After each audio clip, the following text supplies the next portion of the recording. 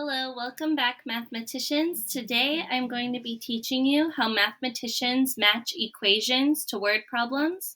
I'm also going to be teaching you how to create your own addition and subtraction problem. And you can do this by asking who has more and who has less.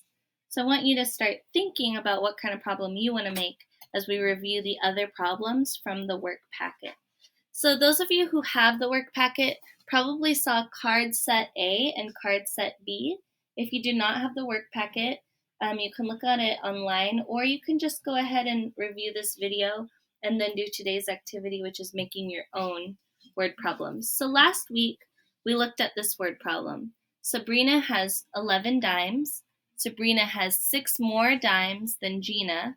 How many more dimes does Gina have? So I had to actually cut this out and put it on an index card. And you can cut them out at home and just play this on the kitchen table. I looked through the equations that were possible, and then I cut them out and I glued them on the back as well.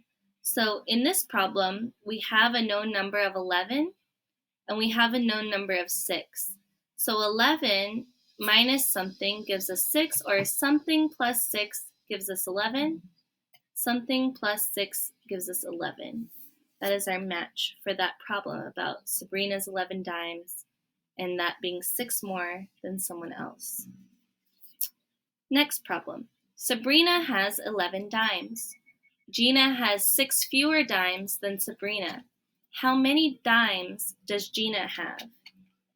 So if I'm looking through that list of equations, I know that we're thinking 6 fewer, so we have to start at our 11 and jump back 6 bumps, and we found that the number was 5. You could also solve it this way.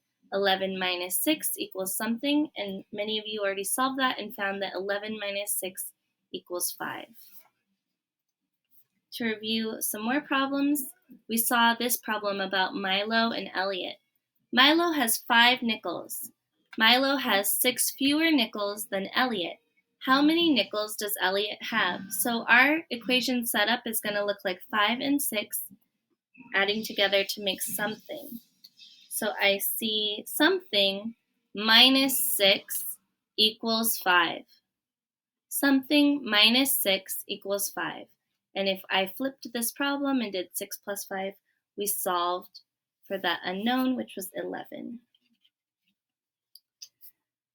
Milo has 5 nickels. Elliot has 6 more nickels than Milo. How many nickels does Elliot have? So we know a 5 and 6, but we know that Elliot has 6 more nickels, so this is going to look like an addition problem. So I have 6 plus 5, or 5 plus 6 equals something, equals Elliot's number. So if you add those two numbers together, you got that Elliot's total was 11. Next, we saw this problem. Phillip has 5 pennies. MarShon has 11 pennies. Who has fewer pennies? How many fewer?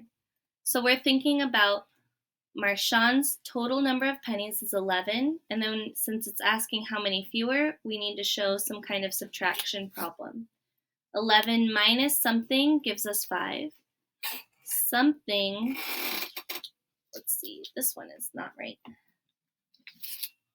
11 minus something equals 5, and we could find that out by looking at our number line. 11 minus something gives us 5. So if we had jumped back, how many spaces to get to 5? 5 plus something is going to give us 11, and we saw that that was 6 bumps. Finally, we look at a problem like this. Phillip has 5 pennies. MarShon has 11 pennies. Who has more pennies? How many more? And to look at what kinds of equations we could make for that, 5 plus something gives us 11, or that tape diagram would be 5 plus something equals 11.